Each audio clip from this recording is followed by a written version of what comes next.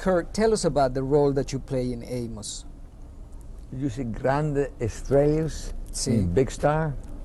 Very big star. Well, Amos is a very exciting movie to me because it was presented to me by my son Peter. And Peter said, you know, Dad, sometimes people come to you and they say, well, maybe you're a little bit too old to play this certain part. He said, I got a part for you, you're too young. So he gave me this part of Amos, who's this old man living in a nursing home, and I found it a very, very exciting movie and something that I enjoy doing.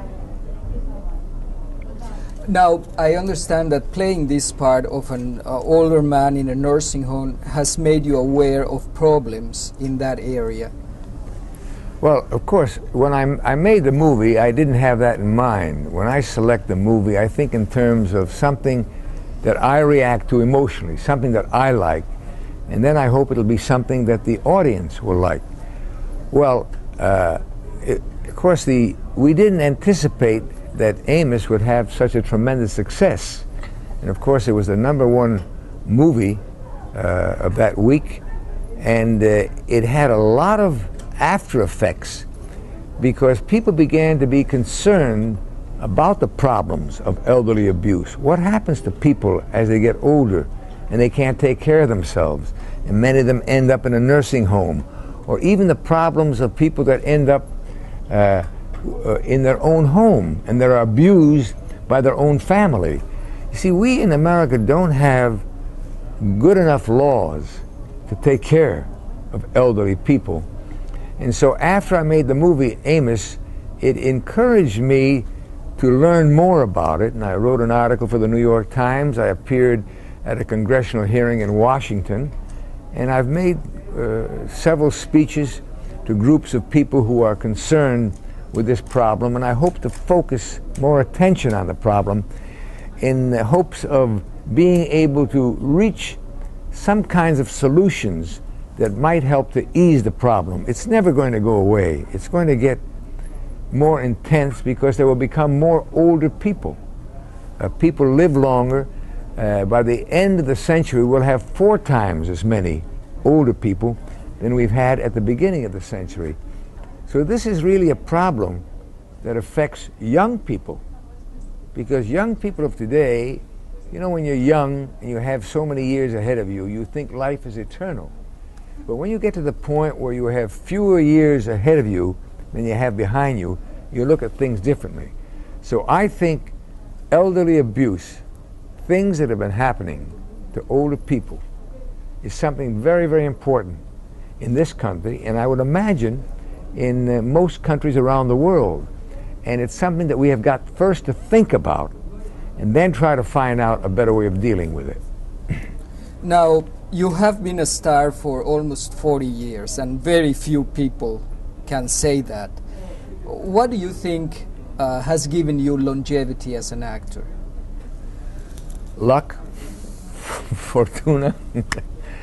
I don't know. I think as long as I still have the same enthusiasm and excitement about my work, I will want to continue acting.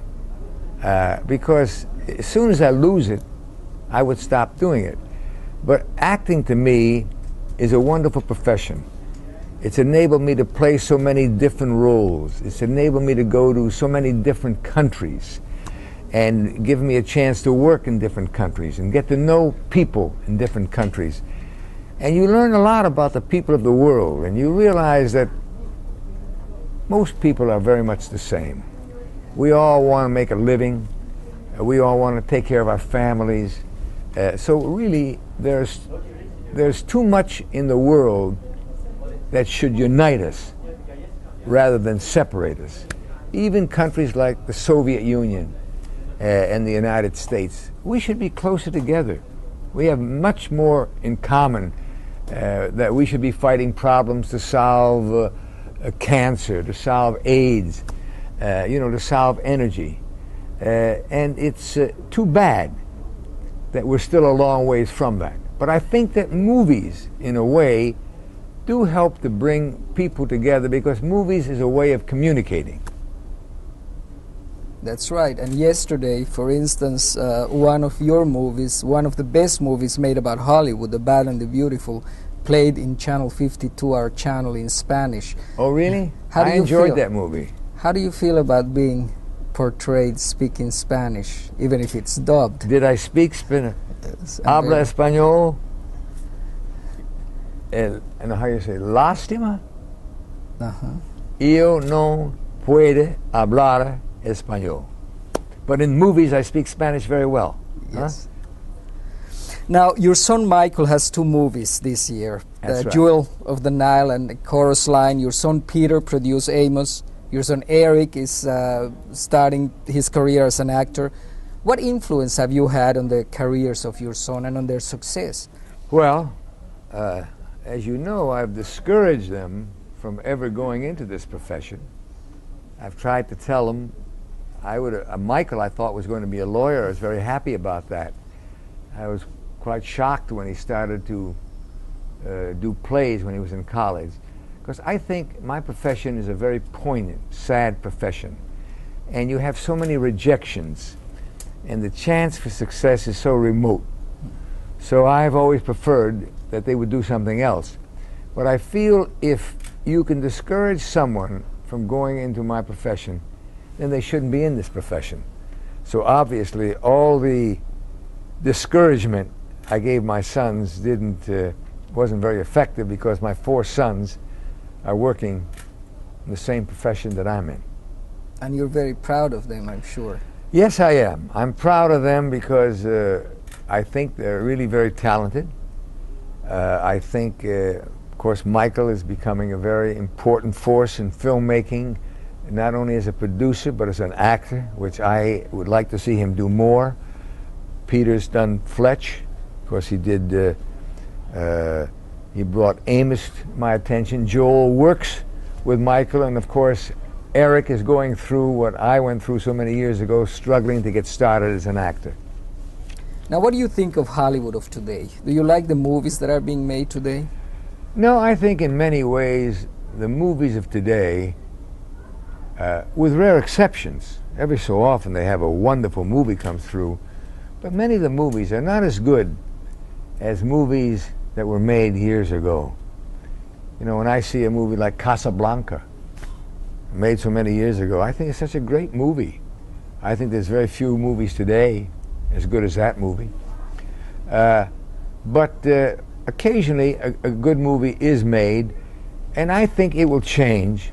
I think, see, now there's an opportunity to make more and more movies, because all over the world, because of television, people are seeing more movies. So there will be a demand to make more movies. The unfortunate part is that studios tend to imitate.